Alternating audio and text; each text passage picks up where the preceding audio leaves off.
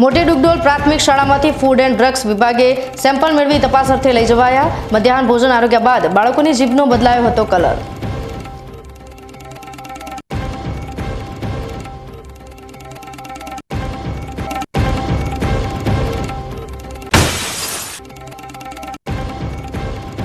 દિયોદરના ગોકુળનગરમાં ઘર આંગણે રમતા 1.5 વર્ષના બાળકનું મોત। દાડમનો દાણો ગળામાં ફસાઈ જતા નિપજ્યું મોત।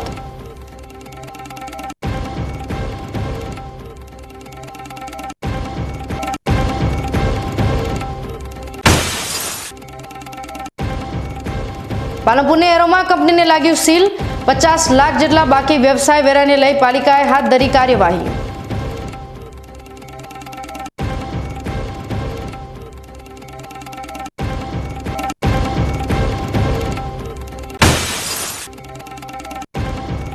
શ્રીરામના પ્રાણ પ્રતિષ્ઠાને લઈ લોકો રામ નામના ભગવા ધ્વજ અને ખેસ ખરીદવા માટે કરી રહ્યા છે પડાપડી।